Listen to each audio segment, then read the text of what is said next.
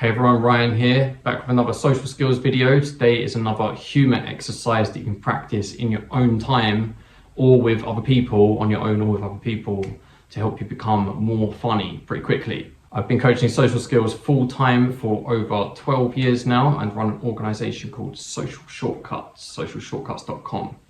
So here's today's video. So by the time you're seeing this on the interwebs, I will have already posted 2 videos that are sort of in a sequel to this. So one is on what actually makes stuff funny, and hopefully you will be seeing some links pop up to these on the screen. Another one is, and I'd recommend watching that first, how things actually become funny. Then the second one is a different humour exercise, which is for people who are terrible at humour. If you think that you don't really make jokes at all, you're not funny at all, or you think that you do sometimes, but you would self-identify yourself as someone who is very bad at humour, I would recommend watching that one first and practicing that exercise first, called Wrong Answers. And that's like a transition exercise for people who find humour very difficult, because otherwise, realistically, this exercise is going to probably be a bit too hard and screw up your enthusiasm for practicing it consistently.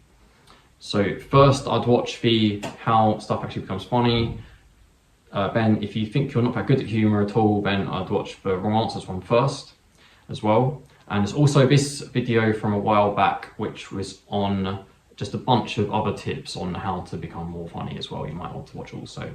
So here's the new exercise, which I think is probably the best exercise I've got for humour, and overall one of the best social skills exercises I've developed, made to train your mind to be sharper at humour, and it will make you be able to make jokes more easily in social situations. So I've developed about 120 different social skills exercises so far, and they're designed to train your brain, or mind rather, because your heart has neurons and your gut has neurons as well. But it's designed to train your mind to become sharper at thinking of stuff that's funny. Bear in mind, humour is not just for making people laugh in conversations. That's the most obvious benefit of humour, is you make people laugh more if you're more funny, which makes you more fun to hang out with, and be able to achieve your social aims quite a lot easier. But it's also good for your own emotions as well. If you have thoughts that are more funny, then you can deal with bad stuff happening way more easily, and also get in a better mood, not just avoid negative things. And it also helps you to become more intelligent in certain ways as well, because solutions that are good, solutions that are outside of the box, thinking of those is the same type of thinking that is necessary to create jokes. So here's the exercise. It's called Funny Examples. You can practice it on your own, or you can also practice it with people you know as well. Okay, so there's 6 different variations of this exercise. I'm going to focus primarily on one of them, just so that you can get the idea of it. So the first variation of this exercise, what we do is you make a template first, and you have a sentence that says, what is the best way to, and then you fill in the blank. So it could be, what is the best way to ride a horse? What's the best way to win a game of chess? What's the best way to get to work on time? What's the best way to learn a language? So all of these questions you can use to practice with. So for each one, you think of 3 different, at least 3 for each one, because you always want to train multiple options in your mind to choose from for social situations rather than focusing on one. It's one of many reasons why nerds tend to do worse at social skills despite usually being smart, because the type of thinking that you need to be good at social skills is pretty much the opposite of what makes you good at school and stuff. Hence you see people who are good at school, bad at social skills, and bad at school and good at social skills quite a lot. So some examples of answers to these questions that are aimed at being funny. So we're not trying to answer the question logically. It shouldn't be too much of a real answer. And it also shouldn't make no sense at all, because then you're going to end up, it's going to be too weird. One of the requirements for stuff that's funny is it needs to still cling on to at least a little bit of logical thinking, as I explained to those of you who've done your homework in one of the previous videos. So here's a couple of examples. How to get to work on time. What you can do is, if you jump in the air at just about the right height, the earth will spin below your feet and then you'll land at where your workplace was. So this obviously is not something that would work in real life, so don't worry, any of you who is about to, take a step in the air. You're not going to fly into the nearest wall or something. That's not actually how the earth spinning works, but that's the point. That's what makes it funny. We're misinterpreting and misunderstanding on purpose something. Another example, how to keep your home warm in the winter. One thing you can do is you can set your house on fire. So this one is a good funny example because that would work. Your house would be warm. However, it causes some other huge issues to occur at the same time. Another one, if you want to keep your house warm in the winter, what you could do is organise a massive party and invite way too many people, cram them all in there, and then the body heat of everyone will keep everyone warm that way. And you can also save on heating costs like this.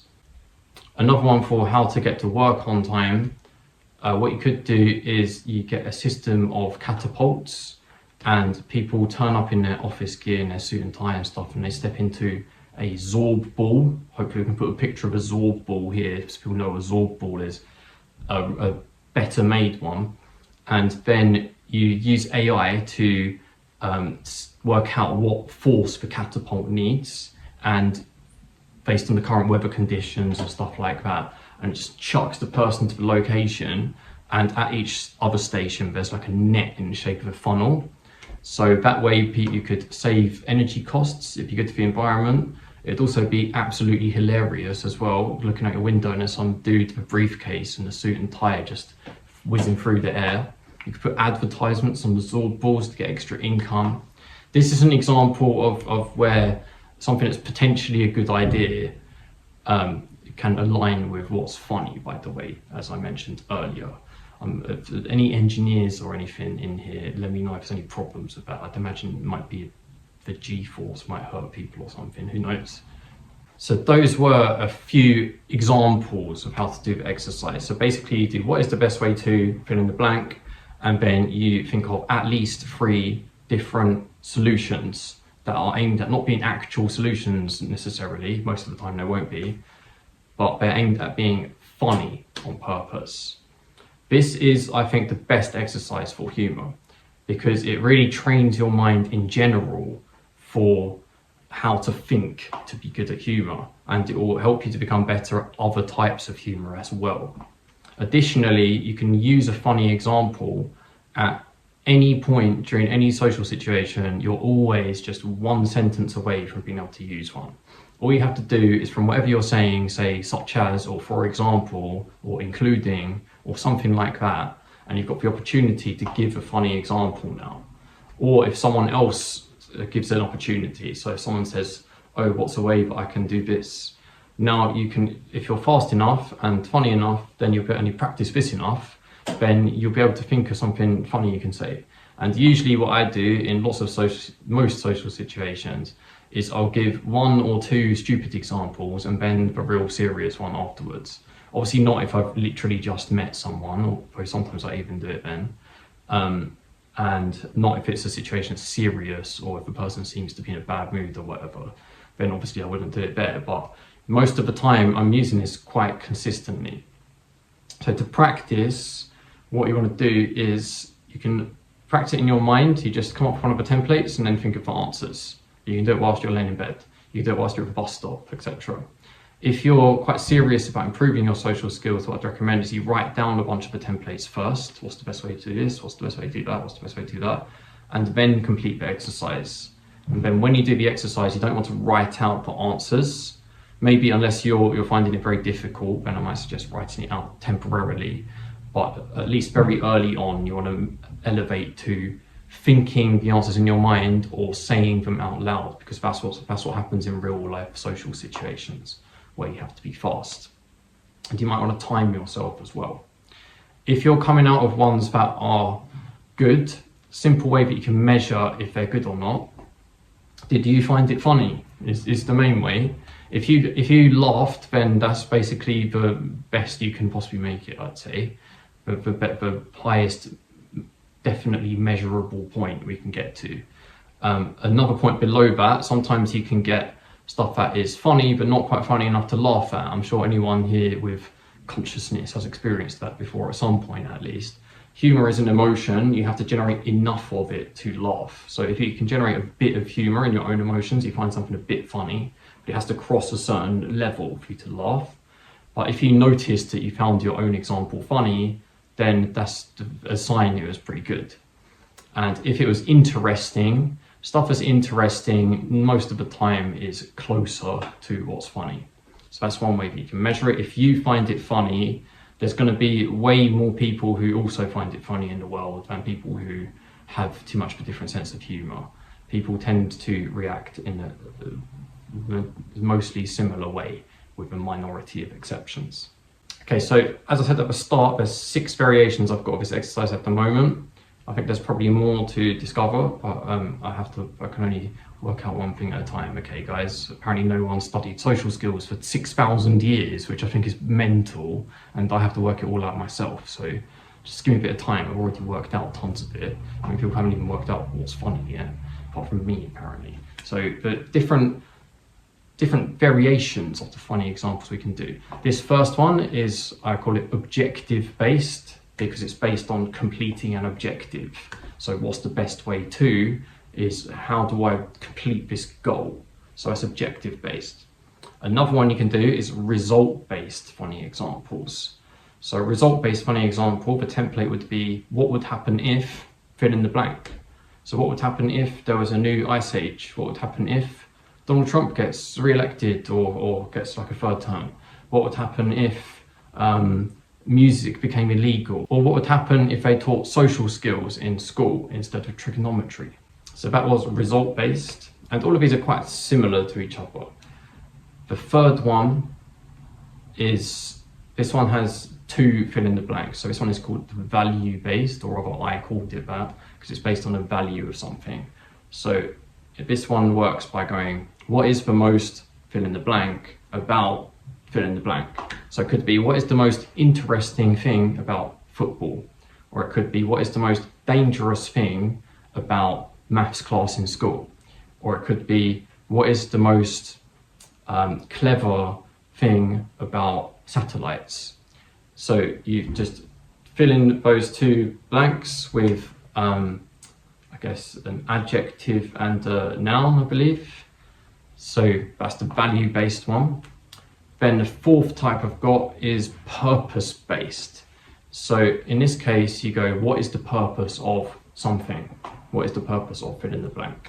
So what is the purpose of cars? So the normal answer would be, well, cars are to get you from one place to the other. That's a normal answer. A funny answer might be that cars actually started for people who wanted to marry someone who was really like big and quite fat, and there wasn't any humans fat enough, so they made these massive heaps of metal, and they used to have cars that had what looked like faces on the front of them. You can look this up. And so that was actually for people who wanted to marry someone who was really huge, and then in some kind of like twisted joke, someone started driving it around one time and it all caught on. So that's how driving actually started. Or we could say, what is the purpose of cartoons? The purpose of cartoons, the normal answer is for entertainment or for art or for like political statement, etc. The funny answer might be, the purpose of cartoons is for people who don't have any friends. So that way they can draw friends, and then by using certain aspects of magic, they can start to make their cartoon friends become more and more an aspect of reality. So that's an answer that's aimed at being funny. Obviously not everyone who hears that is going to find it funny, but I'm sure lots of you probably would have at least a bit. So the 5th type is comparison based. So in this case you go, this thing is just like this thing. So for example, if you're stamping out glowing embers because you had a fire, you might say this is like whack-a-mole except it's artsy instead.